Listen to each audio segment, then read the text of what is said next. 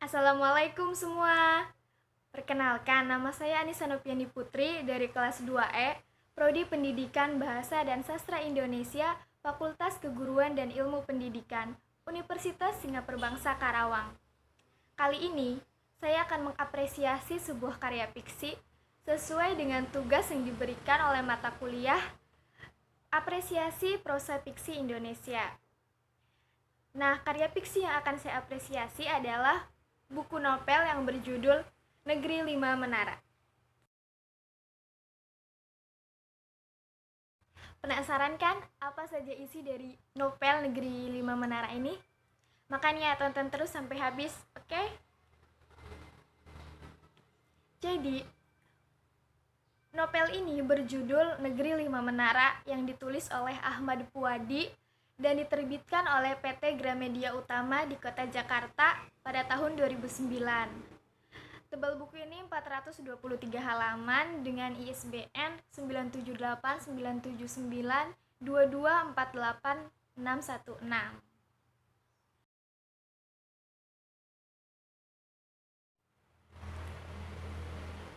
Lalu, apa sih yang menarik dari novel ini? Dan novel ini tuh menceritakan tentang apa? Pasti kalian penasaran kan? Jadi, novel ini menceritakan tentang persahabatan, pengabdian, dan perjuangan meraih impian serta cita-cita. Tokoh utama dalam novel ini bernama Alip. Dia adalah seorang wartawan yang bekerja di Washington DC, Amerika. Hingga suatu hari dia mendapat pesan dari Atang, teman semasa pondoknya dulu. Kemudian si Alip ini seolah menceritakan kilas balik kehidupannya di masa itu, di mana dia dulu adalah seorang anak pedalaman yang tinggal di pinggir Danau Maninjau di Sumatera, yang ketika itu baru lulus madrasah sanawiyah dan ia ingin melanjutkan pendidikan ke SMA. Namun sang ibu tidak menyetujui pilihannya tersebut. Setelah melalui perdebatan panjang dengan sang ibu, akhirnya dengan setengah hati Alif mengikuti permintaan ibunya untuk sekolah agama. Dan kemudian ia memilih sebuah pesantren bernama Pondok Madani di Jawa Timur. Di Pondok Madani ini, Alif berteman dengan 5 anak baru lainnya yang juga menempuh pendidikan di sana. Mereka berkumpul dengan latar belakang yang berbeda-beda. Ada Raja dari Medan, ada Said dari Surabaya, Dul Majid dari Sumenep, Atang dari Bandung, dan Baso dari Goa.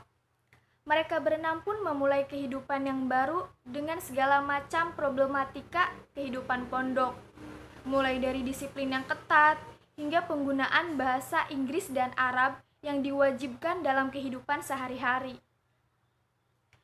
Lalu ada kebiasaan khas mereka di pondok loh. Kebiasaan khas mereka adalah berkumpul di samping menara masjid Pondok Madani ini pada sore hari. Di menara itulah mereka berimajinasi dan bercerita mengenai impian-impian mereka masing-masing yang tentunya berbeda-beda tujuan dan tempat. Dengan kepercayaan pada mantra ajaib manjada wajada, mereka yakin bahwa mereka akan menggapai impian mereka masing-masing.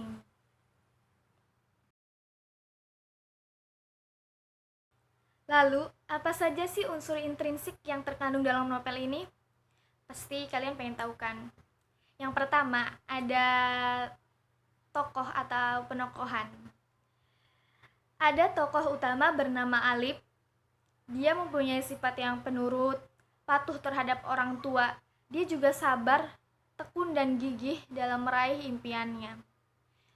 Namun, dia juga termasuk orang yang tidak konsisten karena sering meragukan pilihannya sendiri. Kemudian ada Raja yang percaya diri, murah hati, dan hobi membaca buku. Ada Atang yang humoris, pecinta seni, dan rendah hati. Ada Dul Majid yang mandiri, rajin belajar, dan setia kawan. Ada Said yang selalu berpikiran dewasa, tetapi dia kurang percaya diri. Ada Baso yang agamis, dia bercita-cita ingin hafal Al-Quran, sangat peduli sesama, dan berbakti kepada orang tua. Ada juga Ama atau ibu dari Alip. Dia sangat menjunjung tinggi dia sangat menjunjung tinggi nilai agama. Dia juga baik dan sabar. Kemudian ada Ayah Alip yang baik dan sama seperti Ama, dia juga menjunjung tinggi nilai agama. Selain itu, ada beberapa tokoh pendukung seperti Kiai Rais, pemimpin Pondok Madani, dan ada beberapa pengajar seperti Ustadz Salman, Ustadz Torik, Ustadz Holid, dan yang lainnya. Serta ada Pak Etek Gindo, dia adalah paman dari Alip yang menyarankan Alip masuk di Pondok Madani ini. Lalu ada alur. Alur dalam novel Negeri Lima Menara ini adalah alur maju mundur atau campuran, di mana cerita adalah kilas balik dari tokoh utama yaitu Alip tentang masa ketika dia menimba ilmu di Pondok Madani bersama teman-temannya yang lain atau Sohibul Menara. Lalu ada latar. Latar itu meliputi latar tempat, latar waktu, dan latar sosial yang akan saya bahas di sini. Yang pertama ada latar tempat.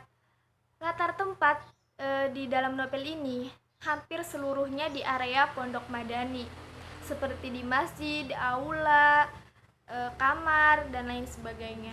Selain itu ada pula tentunya di rumah Alip, di rumah Atang di Bandung, Washington DC, dan London. Itu ada latar waktu.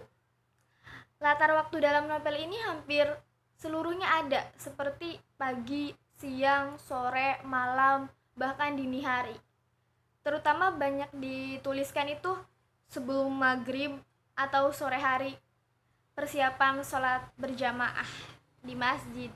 Lalu ada latar sosial. Latar sosial dalam novel ini itu menceritakan tentang seluk-beluk kehidupan seorang pelajar yang berusaha menggapai impian mereka di sebuah pondok pesantren, yaitu Pondok Madani tentunya. Ada sudut pandang. Sudut pandang dalam novel ini menggunakan sudut pandang orang pertama karena menggunakan kata ganti yaitu aku. Bahasa yang digunakan dalam novel ini adalah bahasa sehari-hari. Namun dalam setiap katanya dibuat sangat inspiratif.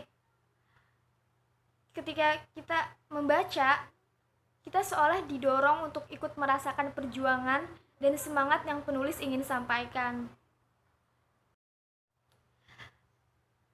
Banyak sekali amanat yang dapat kita ambil dari novel ini. Karena sungguhnya cerita novel Negeri Lima Menara ini memberikan kesan dan pesan moral pendidikan yang sangat dalam terhadap pembacanya, di mana kita diajarkan untuk harus selalu bersungguh-sungguh dan bekerja keras untuk meraih apa yang kita impikan. Dan kita juga harus menjalani segala sesuatunya dengan sabar dan ikhlas agar impian itu tercapai.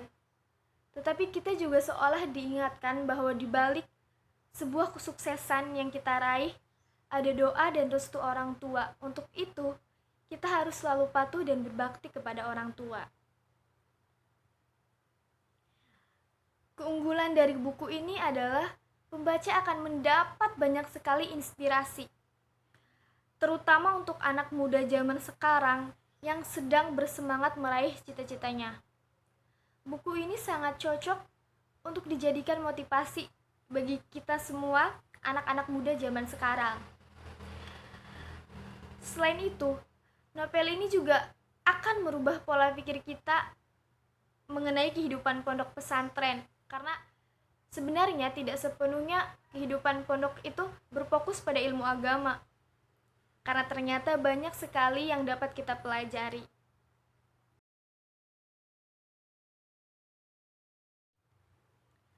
Kemudian, saya menganalisis novel Negeri Lima Menara ini dengan menggunakan pendekatan didaktis, di mana banyak sekali hal yang dapat diteladani dari novel Negeri Lima Menara ini. Novel ini benar-benar memberikan inspirasi bagi siapa saja yang ingin sukses dan menggapai impian mereka, bahwa di setiap ada usaha pasti akan ada jalan. kita diajarkan untuk ikhlas dalam menghadapi sesuatu, seperti yang dapat kita contoh dari Alip. Alip yang menuruti perintah amaknya untuk tidak bersekolah di SMA, melainkan di sekolah agama, namun akhirnya ia tetap dapat meraih impiannya.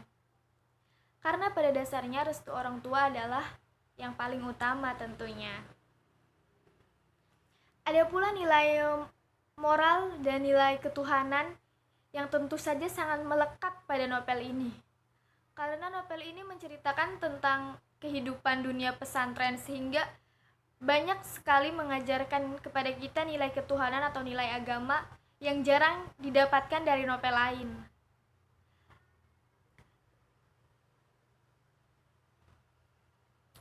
Seperti yang dapat kita teladani dari Baso. Baso yang sangat ingin menghafal Al-Quran tentunya dapat kita contoh untuk diri kita sendiri. Selain nilai ketuhanan, banyak juga nilai moral yang dapat kita ambil dari novel ini. Seperti para sohibul menara yang menghadapi kerasnya dunia pendidikan di dalam pondok madani. Mereka yang tetap sabar dan tabah serta tidak mudah menyerah dalam menjalani kehidupan di pondok madani untuk meraih cita-cita mereka masing-masing, itu mengajarkan kita untuk sabar dan tidak mudah menyerah juga seperti mereka untuk meraih apa yang kita inginkan, apa yang kita cita-citakan. Lalu apa sih yang membuat kalian harus membaca novel ini? Seperti yang telah saya katakan berkali-kali tadi, bahwa novel ini akan sangat menginspirasi kalian yang ketika membacanya, terutama bagi anak-anak muda zaman sekarang, para pejuang yang sedang meraih impiannya. Pasti buku ini akan dapat menjadi inspirasi untuk kalian. Baiklah teman-teman, sekian video saya kali ini.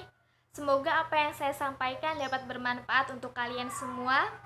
Jangan lupa di like, komen, dan subscribe. Oke, sampai jumpa. Assalamualaikum warahmatullahi wabarakatuh.